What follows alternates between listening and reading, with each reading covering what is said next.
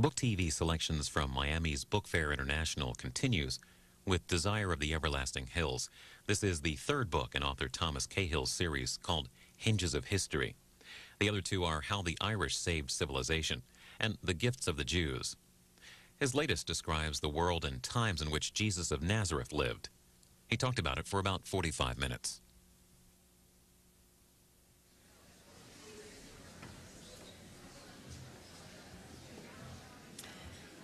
If you've come to listen to Thomas Cahill, you're in the right place. To introduce him, I would like to introduce you to Jo Beth Spire. She is the Director for Cancer Information Services. Jo Beth.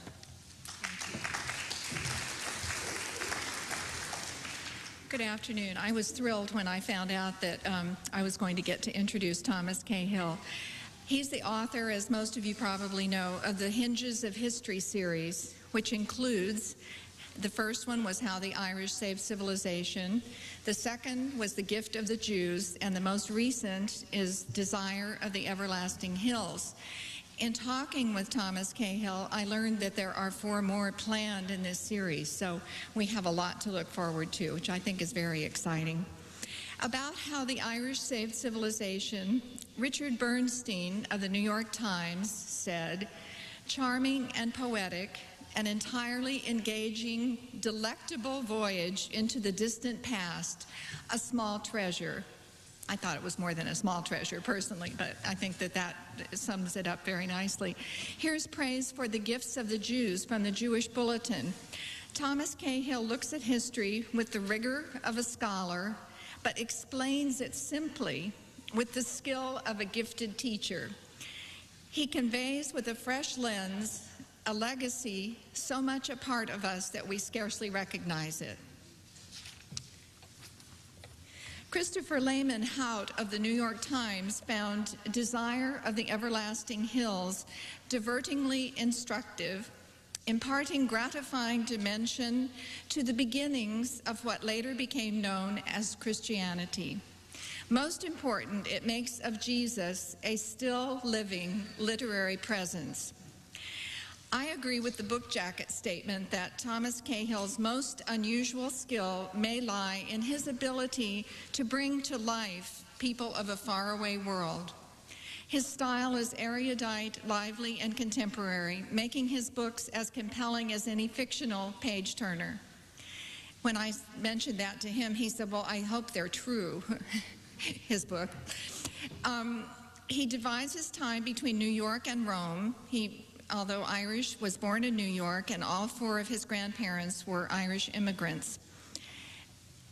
He told me that his first 2 books have been translated into 15 languages, and The Irish, How the Irish Saved Civilization, is actually on the Italian bestseller list, and it has sold a million copies at this point. Gifts of the Jews is on the Brazilian bestseller list and has sold about 350,000 copies, and it only came out in the spring of '98. I just think that you will be very happy to hear Thomas Cahill speak. He's a charming and as interesting a person as his books. So let me ask you to welcome Thomas Cahill. Thank you.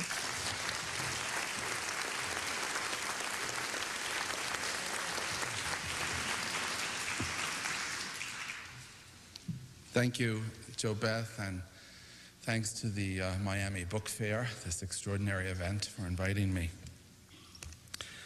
I'm always a little surprised when I am introduced as a historian, and I tend to look around to see who's going to approach the microphone. I really think of myself as a translator of ancient poetry. That is, someone who frames and represents language in its most concentrated form, language at its most potent, even language as revelation. To translate, for me, means that one must first find a way to live inside the ancient words.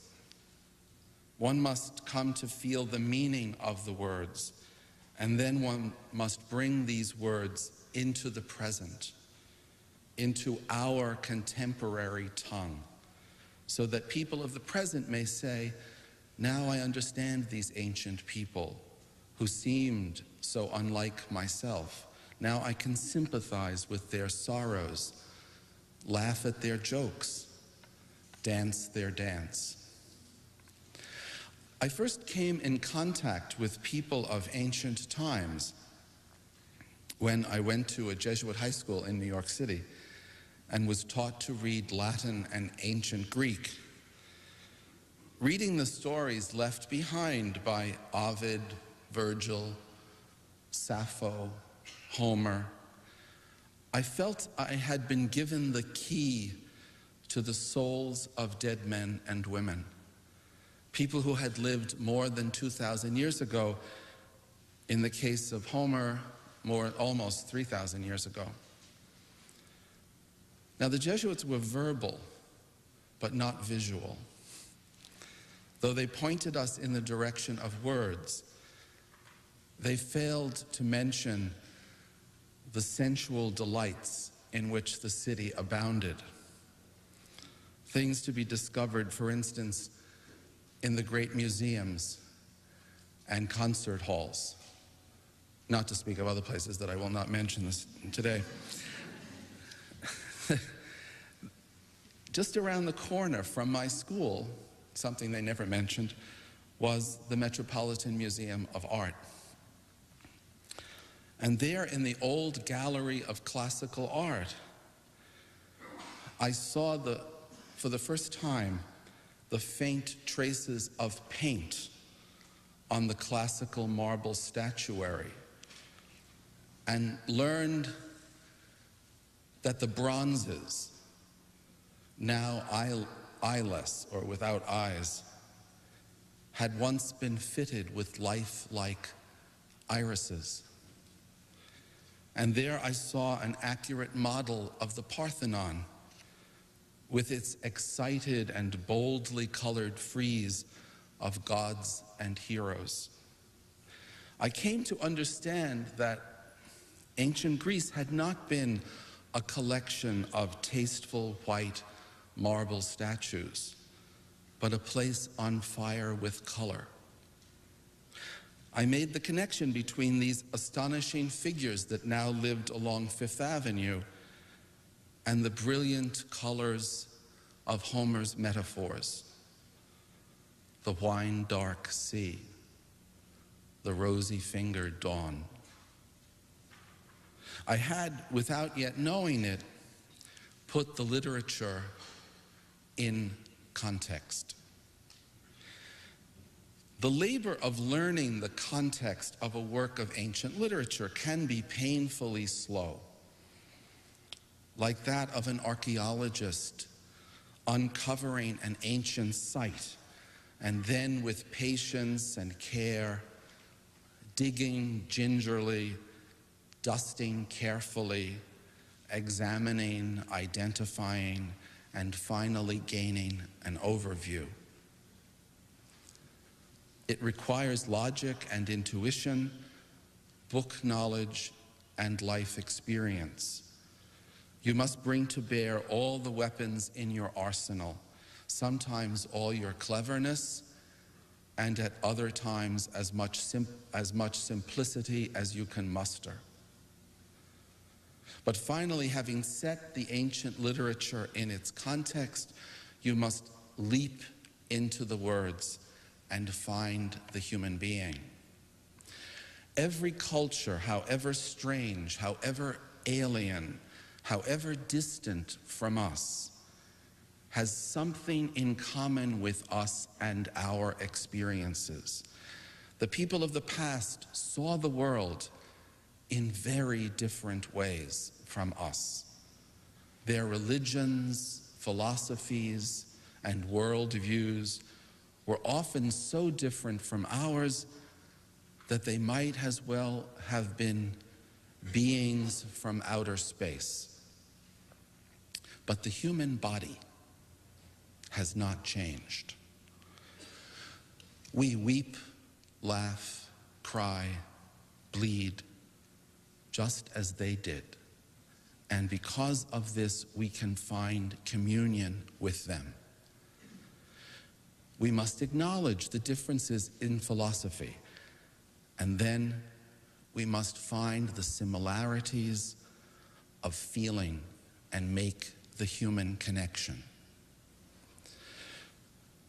In How the Irish Saved Civilization, the first volume in the Hinges of History series, the great figure is Patrick, usually called Saint Patrick, but I just call him Patrick because I think it brings him back down to earth. He left behind him an autobiography, almost the only autobiography we still possess from the turbulent 5th century, when the Roman Empire fell in the West and the barbarian hordes destroyed the old civilization, not only its books, but even its ability to read. Patrick's autobiography is seldom mentioned by historians. For one thing, it is so difficult to read. Its difficulties do not lie in its profundity, but in its pitiably bad organization and impossible Latin. The worst Latin to come down to us. Undoubtedly, worse Latin once existed, scribbled notes and laundry lists, but they have been lost. Why does Patrick write so badly? Because he never had a chance to finish his education. A Roman citizen of the province of Britain, living in a time of immense upheaval, he was abducted from his pleasant home at the age of 16 and auctioned off at a rough slave market in pagan Ireland, becoming for 6 years the slave of a mad Irish chieftain. He never got to take the course in rhetoric, during which he would have been taught the art of composition, how to begin, how to end, how to give shape to his story. After he had escaped his captors and bolted for freedom, after he had lived a wandering life for many years, Patrick returned in middle age to the land of his captivity, this time bringing with him the gospel of peace and love, which would transform early medieval Irish society. By the time he wrote his autobiography, he had become a speaker of Irish and had scarcely used his Latin for 30 years. He was rusty. But once we understand these things, once we approach Patrick not as Cicero, but as the man he actually was, with all his harsh experiences, there emerges from his words a tough, scrappy little human being with a great heart. A rough man of enormous courage, generosity, and faithfulness.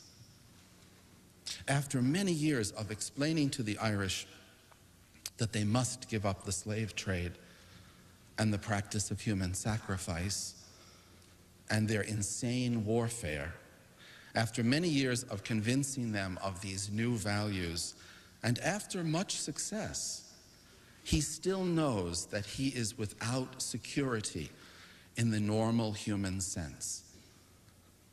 Every day, he tells us with his customary bounce, I am ready to be murdered, betrayed, enslaved, whatever may come my way. But I am not afraid of any of these things because of the promises of heaven. For I have put myself in the hands of God Almighty. A man ready for anything.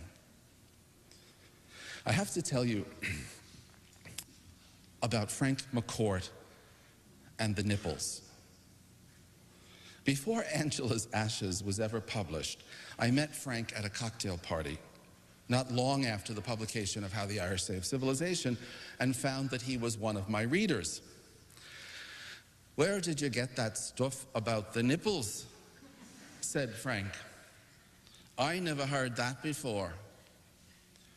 Patrick tells us that after he had escaped from his slave master, he was about to board a ship, which he was sure was sitting there in the harbor just for him. But the captain refused to take him. Now, Patrick was an escaped slave, and he looked like one. He could not have expected to remain free many hours, maybe even many minutes more. He needed to get on that ship. He walked away to a little hut to pray. And one of the sailors followed him there to say that the captain had changed his mind. When Patrick returned to the ship, the crew greeted him by inviting him to suck their nipples. Patrick declined politely. And then the sailors said, "Oh, well, come on board anyway. You can make friends with us whatever way you like." Frank McCourt had never heard about the nipples because Patrick's alarmed biographers regularly leave them out. Patrick himself fails to explain the significance of the incident because its meaning must have been clear to the readers of his day. There must therefore have been a well-known custom among the Celts of nipple sucking for the sake of friendship. By declining to participate, Patrick gives us an idea of how bizarre even he found the Irish and how rude and unrestrained their world must have been. To leave the Irish and turn to the Jews. Though I learned Hebrew before writing The Gifts of the Jews, and it's a lot harder to learn an ancient language in your 50s than in your teens, especially Hebrew, which goes the other way, you know. I was very happy to find that Everett Fox's new translation of the 5 books of Moses answered almost all my needs. I think that one should probably not take on the task of translating biblical Hebrew without a direct call from above, which I certainly didn't feel. And Fox's translation has all the earthy tension of the original. Biblical Hebrew developed as a desert language, and it exhibits the economy of desert people, the very opposite of Victorian English, which never uses fewer words if it can use more. Hebrew will not use 3 words if 2 will do. It will not use 2 words if 1 will do. If it can get away with silence instead of words, it will do so. And much of the meaning of the Hebrew Bible is to be found in its silences. This is because in the desert, every movement is dehydrating, and desert people learn to think before they move and think before they speak. They are elegant conservers of energy. When Amos, the great prophet of the northern kingdom, tries to move the people to abandon their trivial pursuit of economic status and to take account of the poor, he says most beautifully, Ve'yigal kamaim mishpat, ve'tzadakah kanakal etan, which I would translate, let your justice flow like water and your compassion like a never-failing stream. The English takes 20 syllables. The Hebrew only 15, and this is Hebrew at its most expansive. I have often spoken about immersing myself in the story of David, Israel's great shepherd king, and then of finding in the Psalms the inner David, the first person ever to sing I, as we still mean it today. So I will not speak about that experience here, nor will I, since this is being recorded for television, tell you about the one passage in the Hebrew Bible that I found I had to translate myself, because all translators have found it too shocking to translate accurately. This is the story of the response of Rehoboam, David's grandson, to the northern nobles. It may be found in 2 Chronicles 10:10 and in the Gifts of the Jews on page 208. As with Patrick and the sailor's nipples, many worthy people have felt it would be better if you didn't know about it. For those who are selling books, make sure that they don't open to page 208 without buying the book first.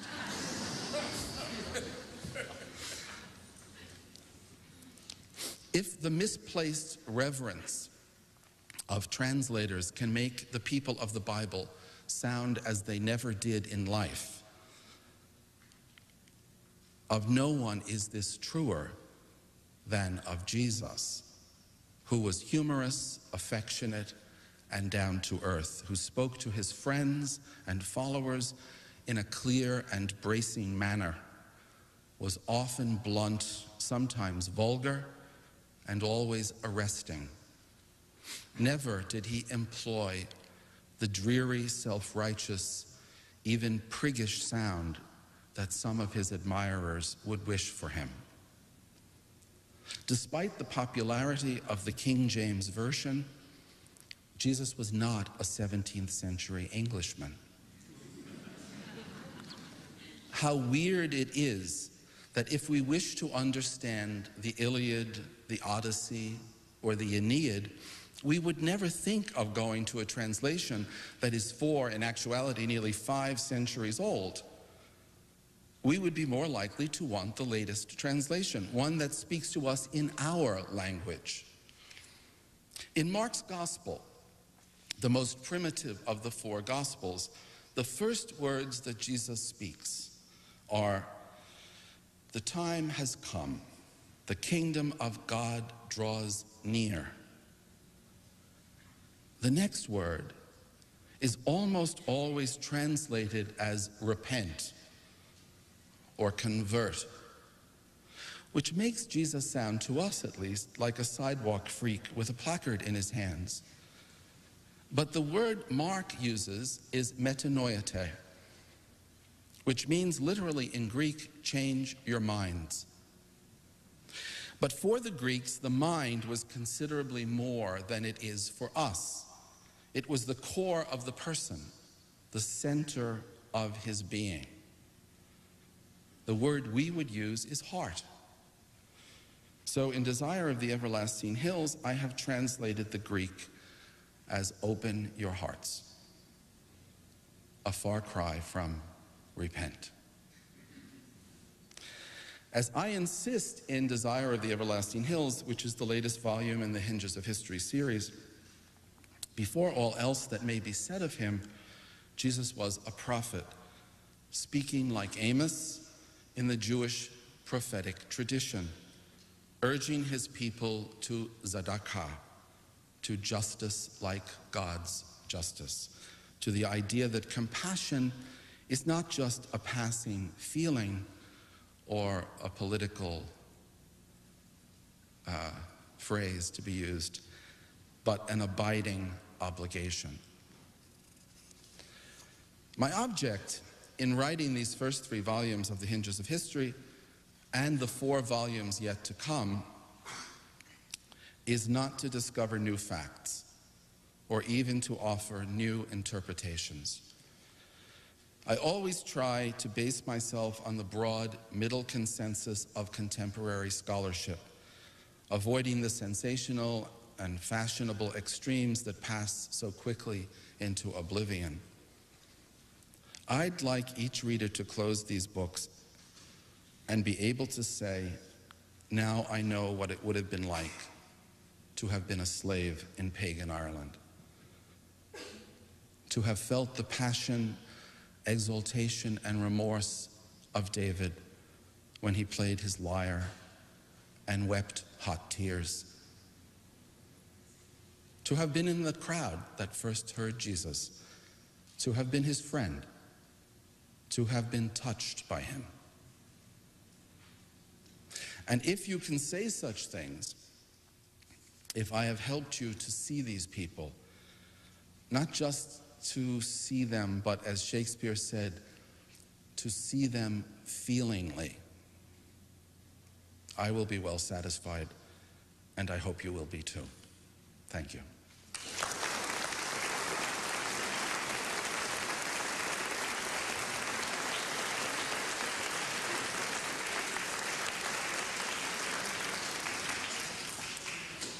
Well, I'm happy to entertain questions, which I hope will be entertaining.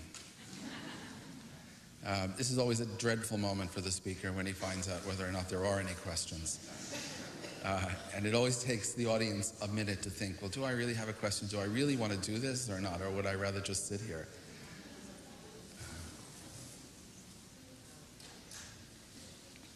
Can you tell us a bit about what your next 4 books are going to be about? Well, a long time ago, I was in a pub in Ireland, sitting at the bar, and there was only one other fellow there. And he was rather taciturn, which is unusual. It was in the Gaeltacht, which is where people speak mostly Irish, but they know more English than they sometimes let on. And I finally said to him, after a few attempts at conversation, I finally asked him the question my mother had always told me, you don't ask anyone, what do you do? And he said, I'm a writer. And I said, oh, well, what have you written? And he said, well, nothing as yet.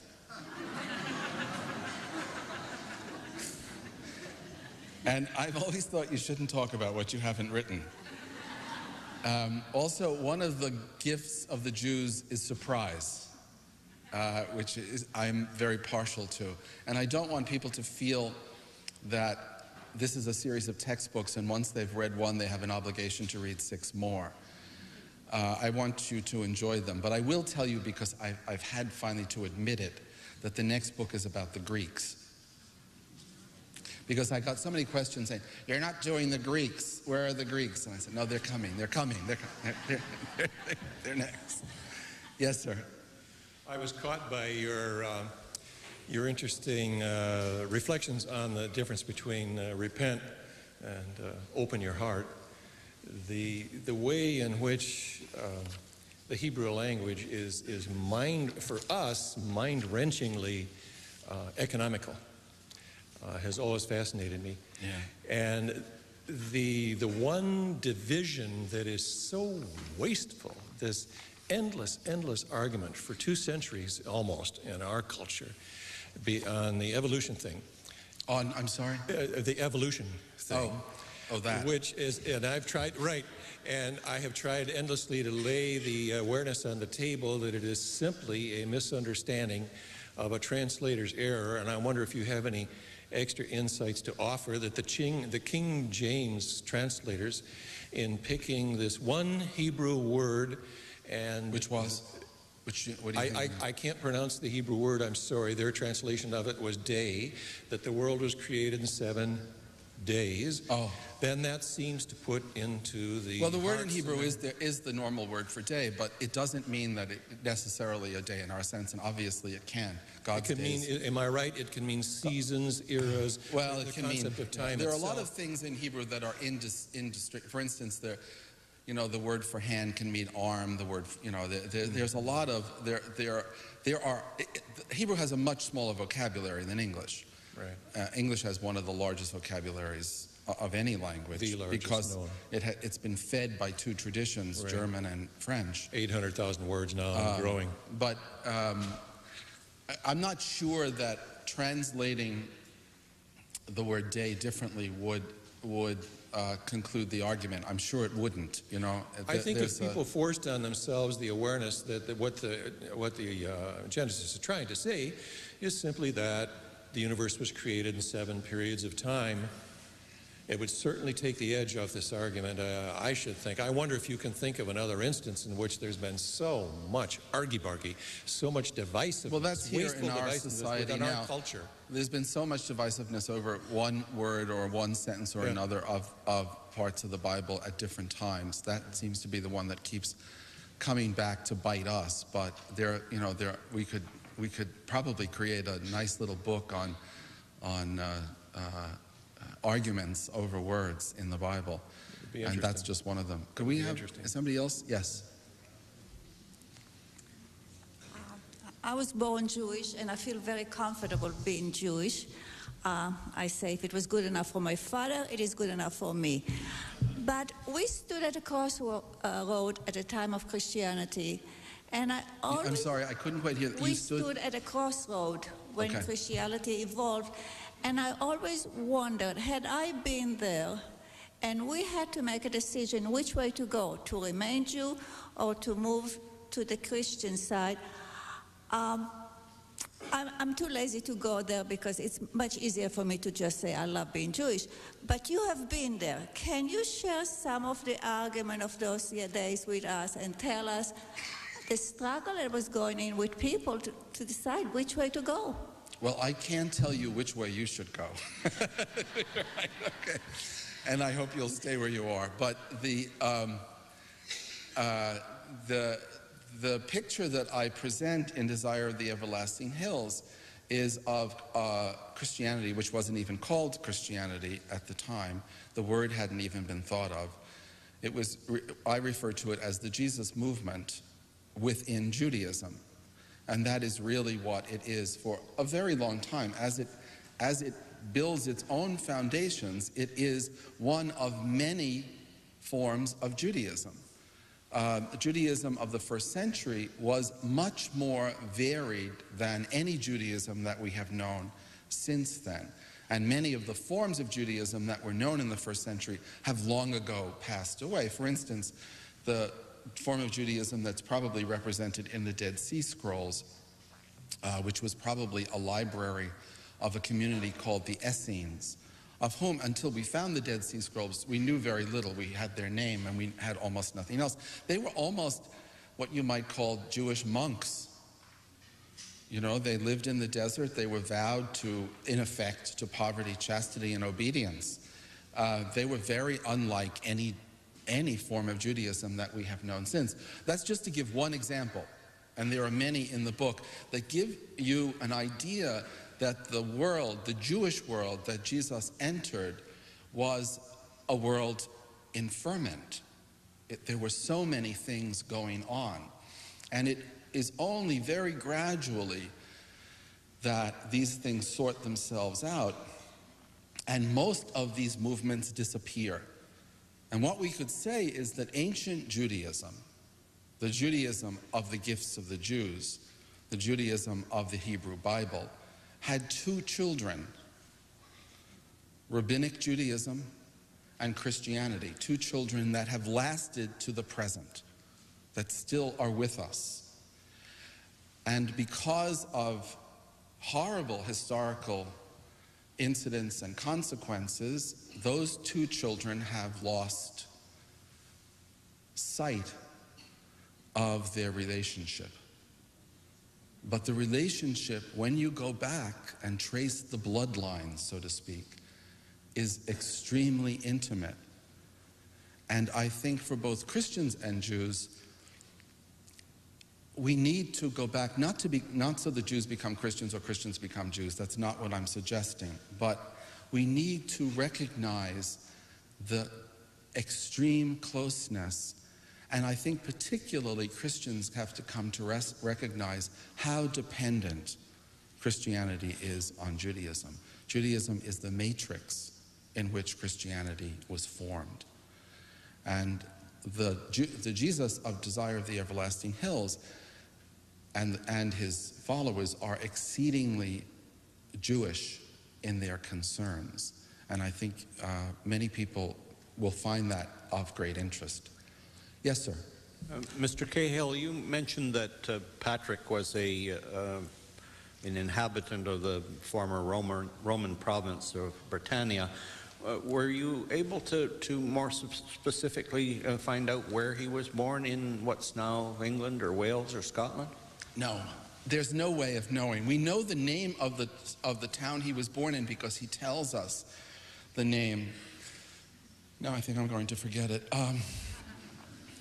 Something to Bernier. I can't remember it right now, but it's on no map that we have. So we just don't know where it is. I think, and I suggest, that it was probably along the Severn estuary, which is this huge estuary in the west that really divides England, today divides England from Wales. And somewhere, on which side, I don't know. But even that is a bit of a guess. We're not sure. There have been even theories that he was born in Scotland, but I don't see how that can possibly hold up, since it's so clear from what he tells us that his father was a municipal Roman official, and Scotland was not part of Britain. But the Britain of Patrick was not England. There were no English as yet.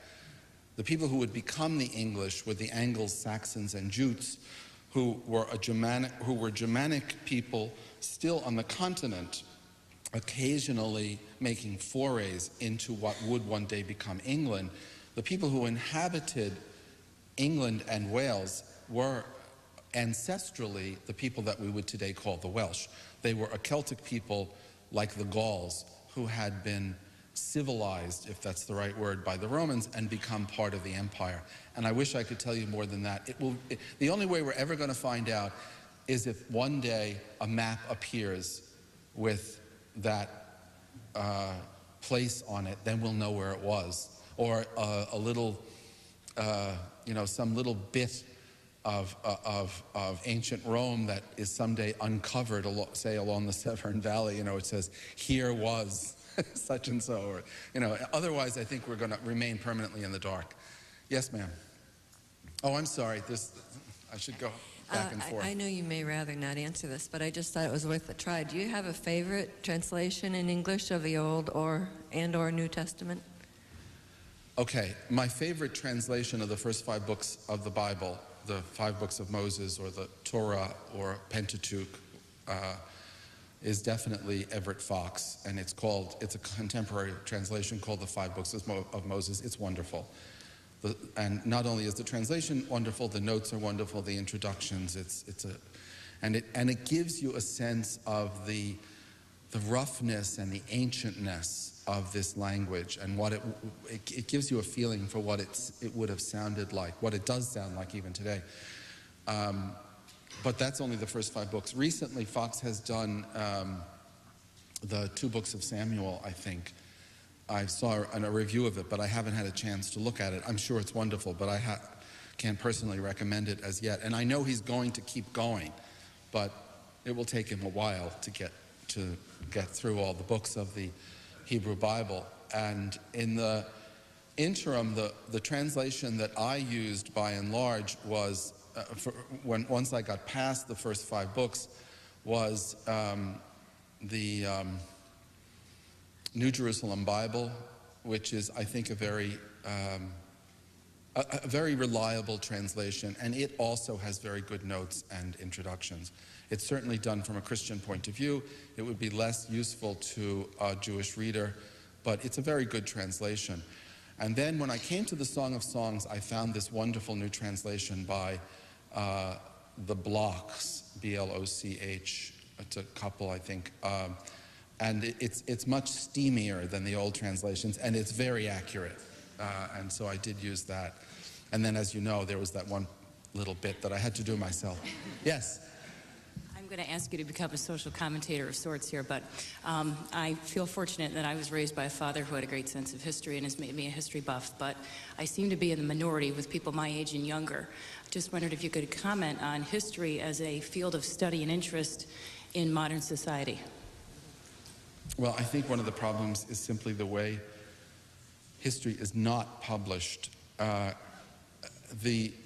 It's a very strange thing, but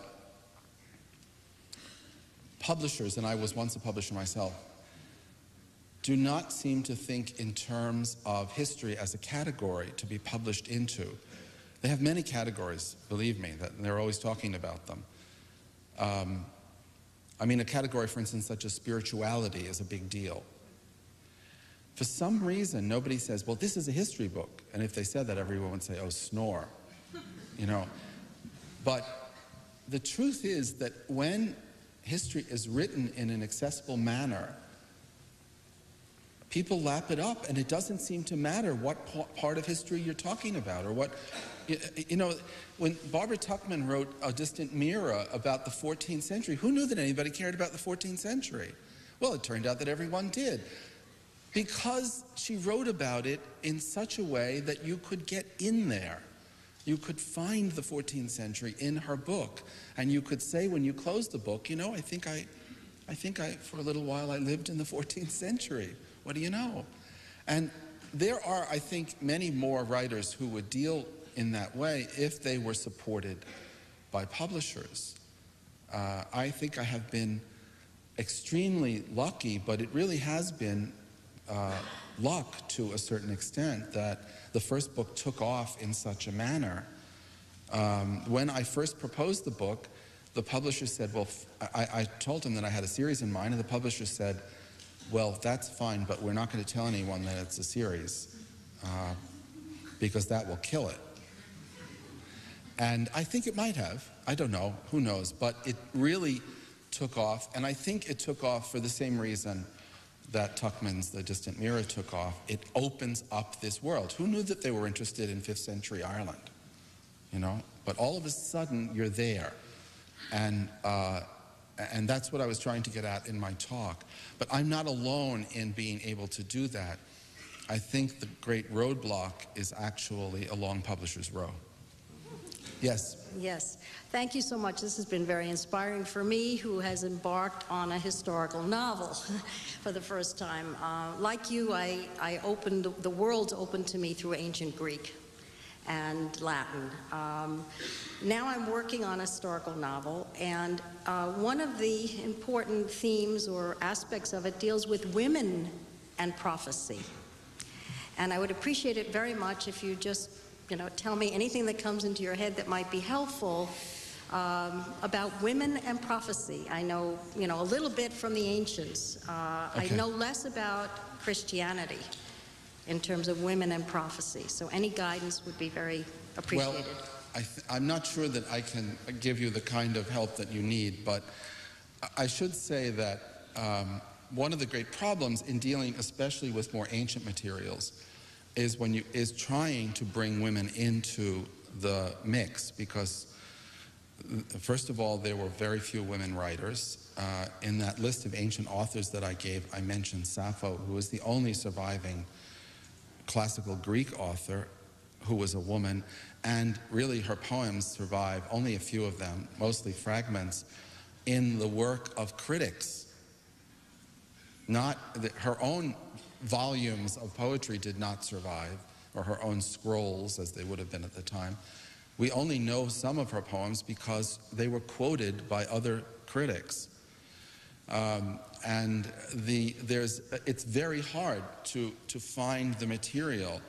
Another figure who was certainly a prophet was Miriam, Moses' sister, who is called Miriam the prophet in Exodus. And it seems as if, as I point out in The Gifts of the Jews, that the whole story of Exodus is probably a kind of elaboration of a poem that Miriam wrote, or a song that she sang about what had happened. And yet Miriam's role has been pushed to the back in such a way that we can't completely reconstruct her, except perhaps imaginatively in a novel. But as a historian, I can't go that far. I bring Miriam in and try to make her, I do make her into a character, but I can only take her so far because the material isn't there.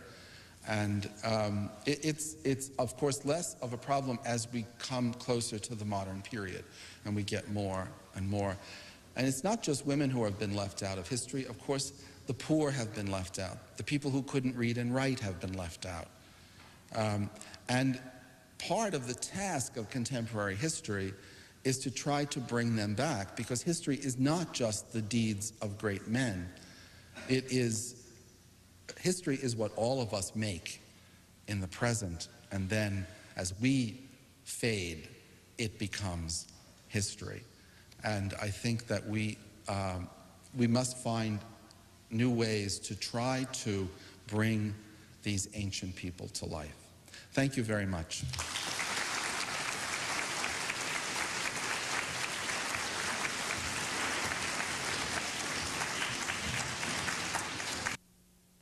Nan A. Talese publishes Desire of the Everlasting Hills by Thomas Cahill.